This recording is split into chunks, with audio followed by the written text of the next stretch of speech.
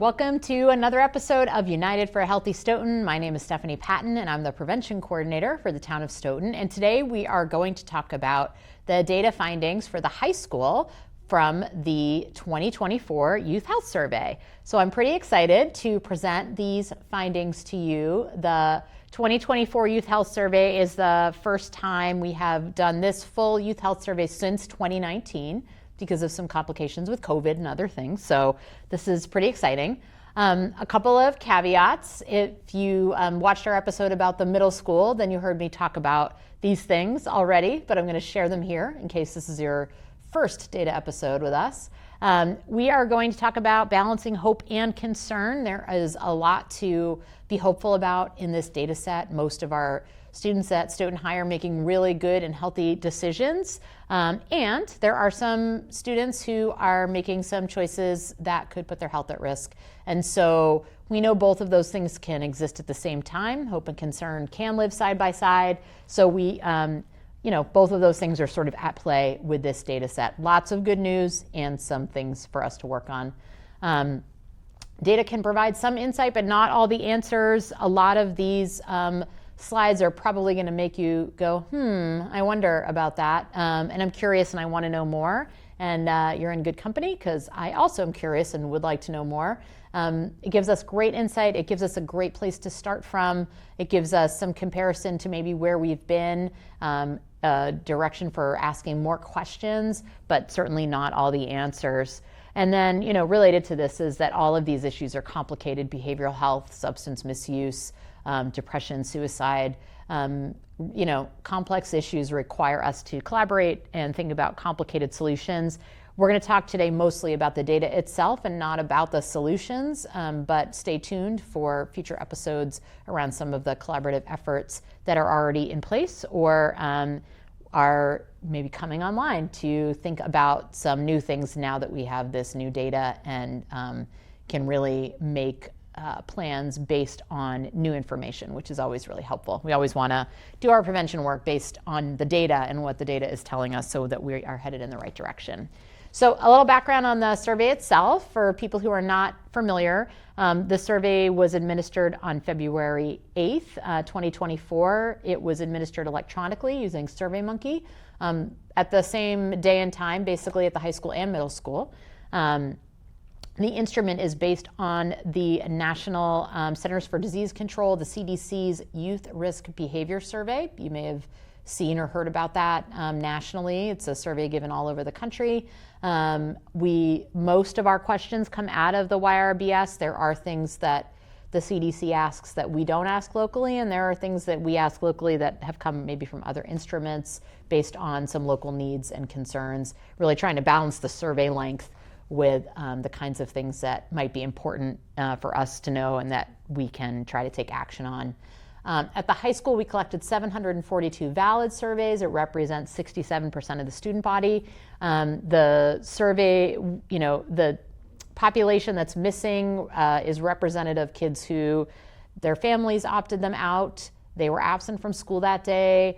They opted themselves out, so kids are allowed to decide in the moment that they don't want to take the survey, and they don't have to do that. And we pulled some surveys for inconsistencies or lying. Our evaluator, Kendall Bennett at Trendline, does that for us, and she has some metrics for being able to determine which surveys are not valid. We did give the survey in 4 languages, 3 languages other than English, to try to capture some of our other students where English is not their first language and give them an opportunity to take the survey in a language that's comfortable for them. But of course, more than 4 languages are spoken at Stoughton High School, and so there are some students who may not have been able to take the survey this year. It's something we're going to keep improving on and getting better at, being able to reach all of our students. But 67% is actually a good sample. It's not unusual that the valid response rate is less than that at the middle school. That's kind of typical. It feels like a really good data set when we look at everything else from our evaluator, so we feel strongly that this is a good representation of what is happening up at the high school. So we're going to talk about a bunch of things. I'm going to start with connectedness. And so this is, some questions and statements about students feeling connected to school and the people in the school. And so here on the next slide, you'll see there are a number of statements. And, if students agreed or strongly agreed with these statements about having at least one adult in the school they can talk to, feeling like their teachers care about them, feeling safe in school.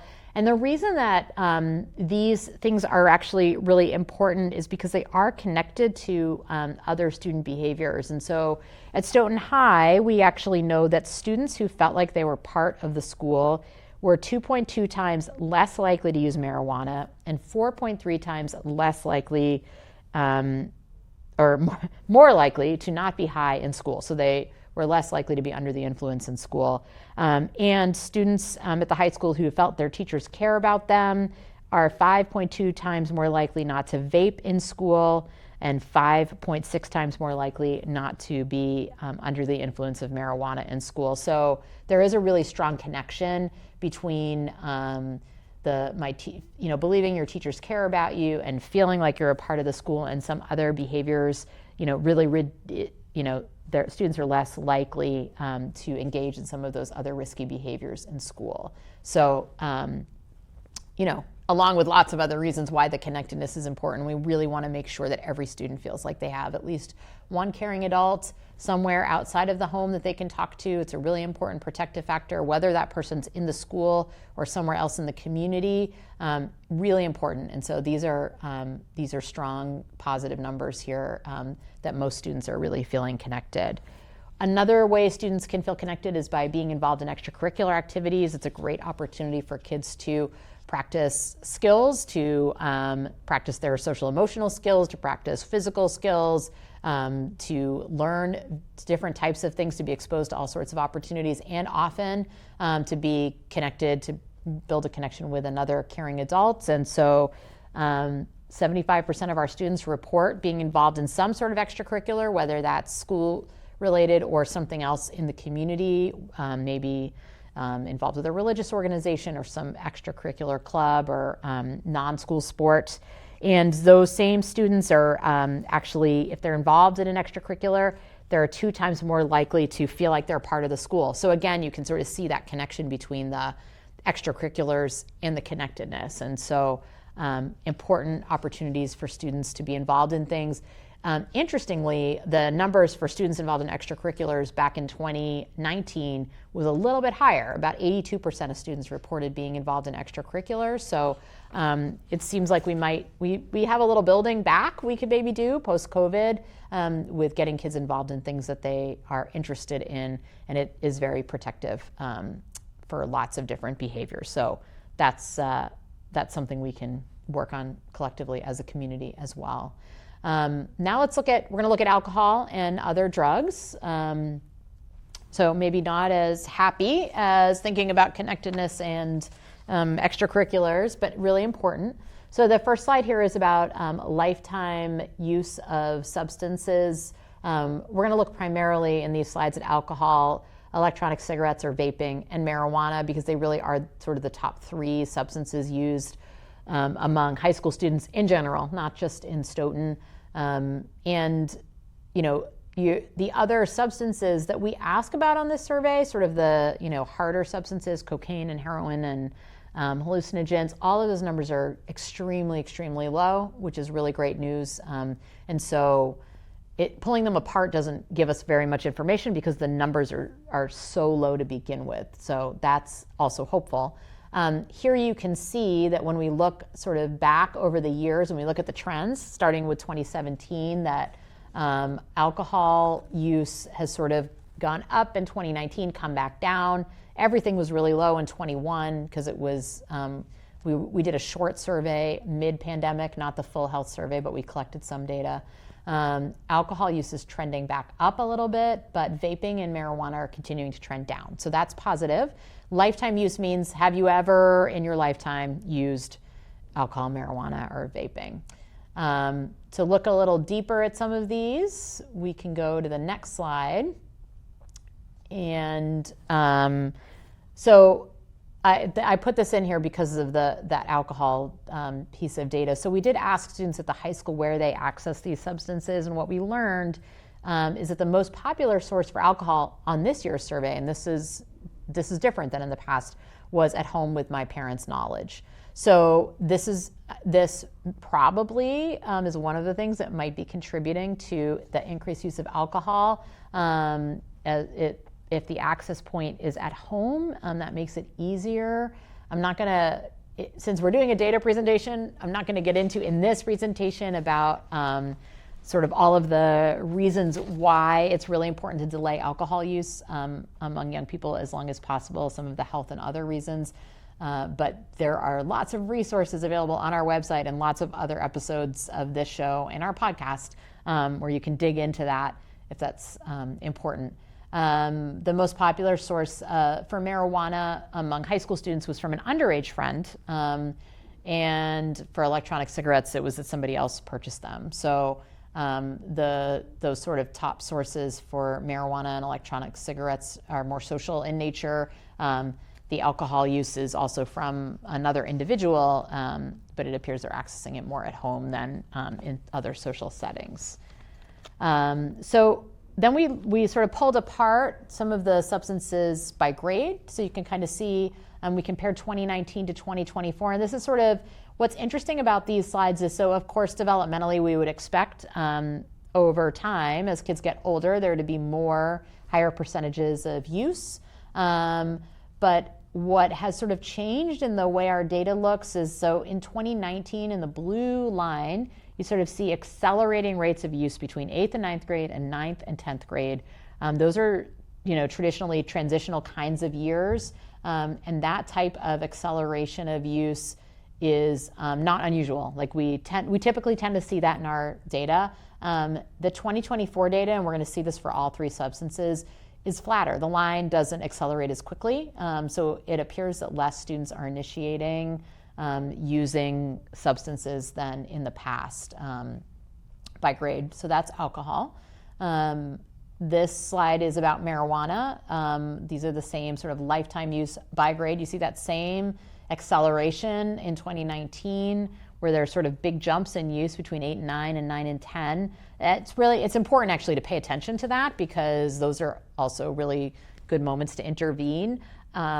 Here again, the sort of data looks flatter in 2024. And so, the good news is that the data is flatter. So it's that's hopeful, and it's something that, it would be good for us to continue to hope to see that type of suppression from 2019. It's hard to know if these are sort of still post-COVID impacts or whether these are more long-term changes around student use, which would be great, but we certainly can try to move in that direction.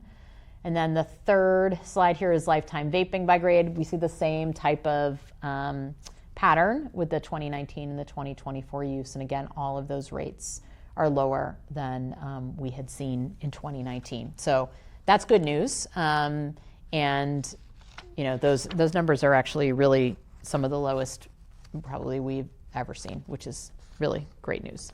The next slide is looking at 30-day use among students. And this data set, actually, you can see we've been collecting this data for a long time. So this goes all the way back to 2011.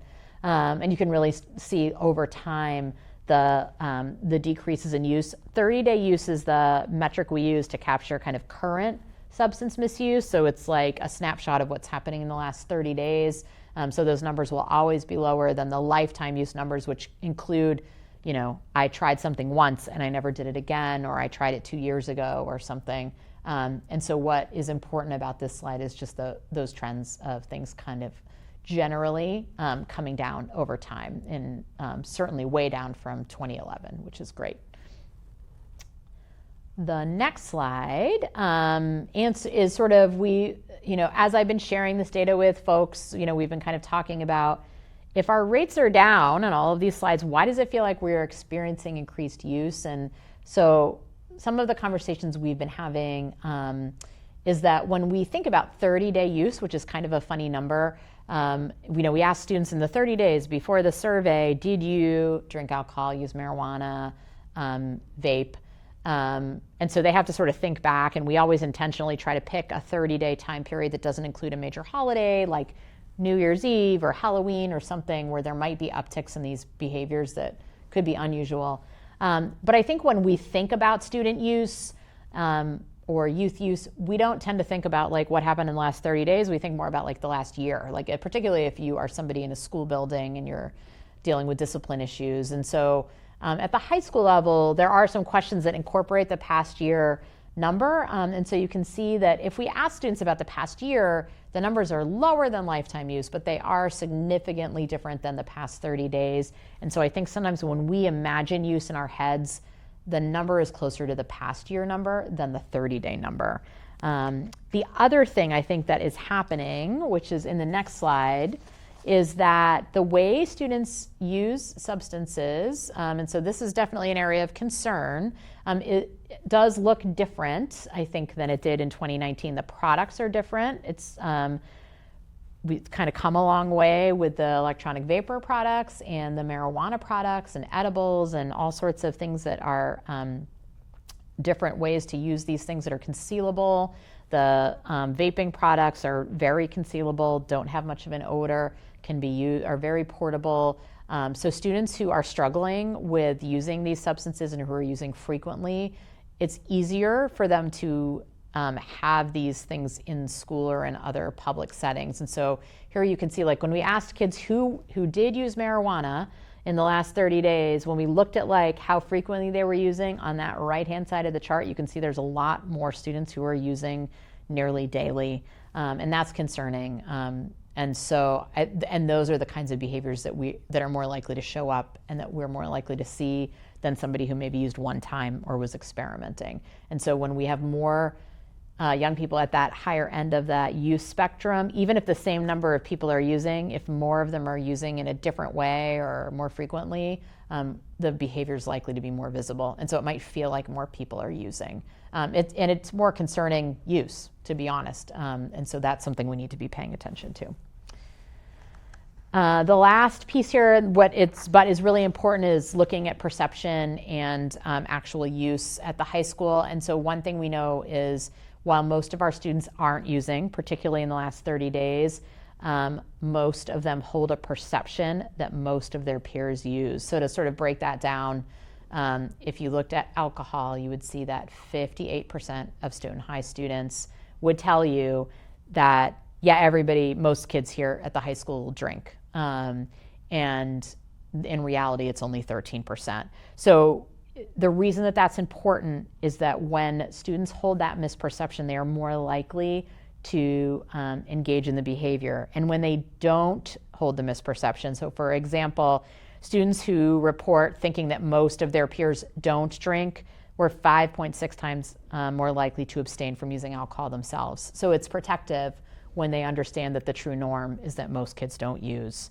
The same thing with marijuana. Students who reported thinking that most students don't use marijuana were 4.7 times more likely to abstain from using marijuana. And the same, holds with vaping as well. So it's really important, the perceptions and having conversations about what's actually happening are really important conversations because they actually do impact use. So let's talk about a few other behaviors that are in our survey. So we looked at bullying and fighting. And at the high school, you can sort of see in the next slide that our rates of bullying are pretty low, which is good. Of course, it would be nice, like with a lot of these behaviors, we would love to see things at zero, but here you can see that these are pretty low numbers. They're fairly comparable to what was happening in 2019, either the same or slightly lower. So that is hopeful as well. We also asked about fighting behaviors, and so here you can see the comparisons from 2019. And the good news is that the reports on these behaviors, the self-reports from students are down. And so in a physical fight, that question really is about in a physical fight anywhere in the community, in their homes, in a physical fight on school property, and then being threatened or injured with a weapon. And so, fortunately, really those rates seem to be going down, and that's good news, and hopeful.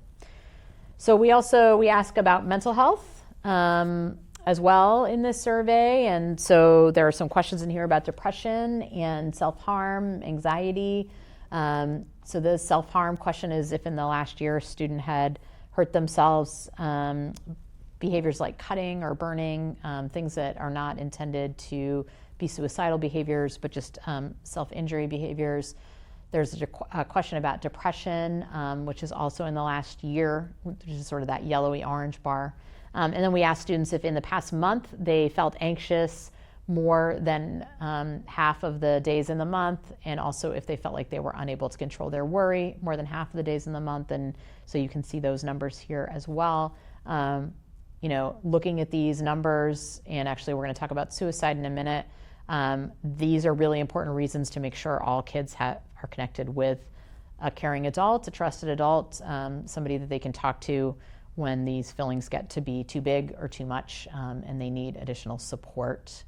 So let's look at the suicide numbers. This is the first year we've asked these questions. They're on the national survey. And so here that red bar across the top that you see is the depression question, and you see it here broken out by grade. The bar below it, the blue bar, is whether or not, what percentage of students had thought about suicide, had sort of imagined what it would be like. The purple bar below that is if the student reported they had made a plan, they had actually sort of thought enough through to have a plan for how they would commit a suicide attempt. And the green bar is about actually making an attempt. And so, these numbers we see get increasingly smaller. I think anytime we look at numbers that are related to depression and suicide, it can feel really alarming. They can, to put them in context, I think are not so unusual from state or national numbers, although the state numbers lag pretty far behind what our local numbers are, so it's hard to compare. But we haven't asked this question before, so we can't really compare it to ourselves.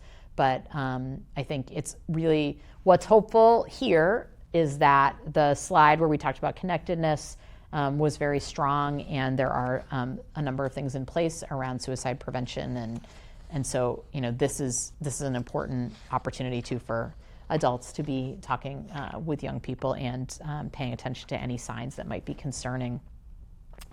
The last couple of behaviors we'll cover, so there was lots and lots of stuff in this survey. I'm clearly not covering all of it in the under 30 minutes, but this is the whirlwind tour. We did ask about physical activity this year. Oh, no, we asked about screen time first. Sorry. We asked about screen time. These numbers look pretty similar to 2019 and pretty similar to the middle school data, actually. So screen time, I guess, looks kind of the same for our kids. This is on school days, not for schoolwork. So it doesn't include weekends and things that kids might be needing to do for school. The next slide is physical activity. And so about 61% of students at the high school report being physically active 3 or more days a week, like in the way that was described was doing something that made you sweat or breathe hard. So that's good. It's a majority of students engaging in some healthy physical activity. And we also asked about sleep, which is always interesting. Sleep appears to be down since 2019, even though we didn't see any real changes with screen time, which sometimes is a culprit with sleep. It doesn't mean it's not connected to this, but we didn't see that go up. But I do think COVID did a number on sleep patterns with people that maybe are, some of which are still in play. But sleep is super important for high school and middle school students, and we don't, when you look at these numbers, a lot of our kids are not getting enough of it. The average number of hours of sleep a high school student needs is like 8 to 10, and you can see a lot of our kids are getting less. They are teenagers. It's not that unusual, but if you were to ask folks who are in that field, they will tell you that kids would benefit from more sleep, and it is connected to a lot of other health behaviors. And so it's interesting to look at that number too and think about what that might mean for our students. So that's the whirlwind tour of the data. Hopefully, I actually hope that it left you feeling more curious and wondering about things, because that is sort of the nature of data, is to give us a starting place and to ask lots of questions and to wonder. And so if you are a parent and you have a high school student in your house, this could be a great opportunity to talk to them about some of the things here and wonder with them about what their experience is and why some of these things may or may not feel like they're accurate to our students.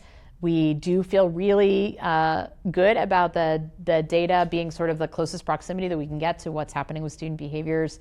Doesn't mean there aren't margins of error in there, but doing this year over year and seeing some of those trends and things, I think it is a really good data set and gives us a really great starting place.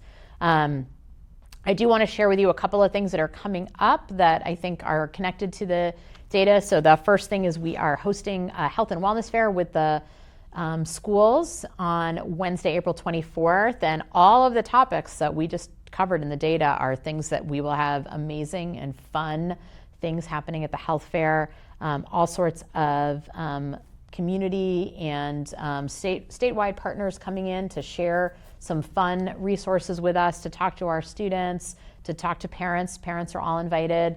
It's from 3 to 7, highly interactive, lots of fun stuff. We're going to have comfort dogs roaming around that you can snuggle with. We will have the Fatal Vision goggles. There will be food trucks on site, lots of great things. We have a keynote speaker who will be speaking to students at the beginning of the afternoon, Dr. Randy Schuster from Harvard Medical School and Mass General Hospital, and she's going to be talking about substance use. She's bringing her grad students. She's involved in a ton of cutting-edge research, and then she'll be back to talk to parents at 7 o'clock. So if you're a parent in the community, we hope that you will come to that 7 o'clock event. There will be more information coming out soon, and feel free to come earlier and join us and partake in some of the health fair stuff with or without your student. We're going to have Hidden in Plain Sight just for parents. It's going to be a really fun day. It was amazing last year, lots of great energy. So we hope we'll see you there. The other resource that I think hopefully is super helpful to parents, particularly of high school and middle school students, is our new podcast, which is called Where's My Handbook? We have recorded most of the episodes here in the studio at SMAC, and so they are hosting that for us. It's been really fun, lots of incredible guests, people that you might know from the community. We're talking a lot about underage drinking in this season and how to talk to your kids and why it's important. All that stuff about most kids don't drink and how you can use that information. So we hope you'll take a listen to that. And then the last piece is that we are starting next week a support group for grandparents and other kinship providers who are raising children. It's in person, it's at the Y, it's on Tuesday mornings at 10 a.m. It's going to be really great. If you have questions, you can reach out to Teresa Tapper at the Youth Commission. She will be primarily facilitating that. And so we hope that we see some folks at that as well. And finally, I'm going to leave you with my contact information. If people have questions, if you have ideas or thoughts about some of the things you saw on here, you can find me at that email address or in my office, which is in the same building as the recreation department.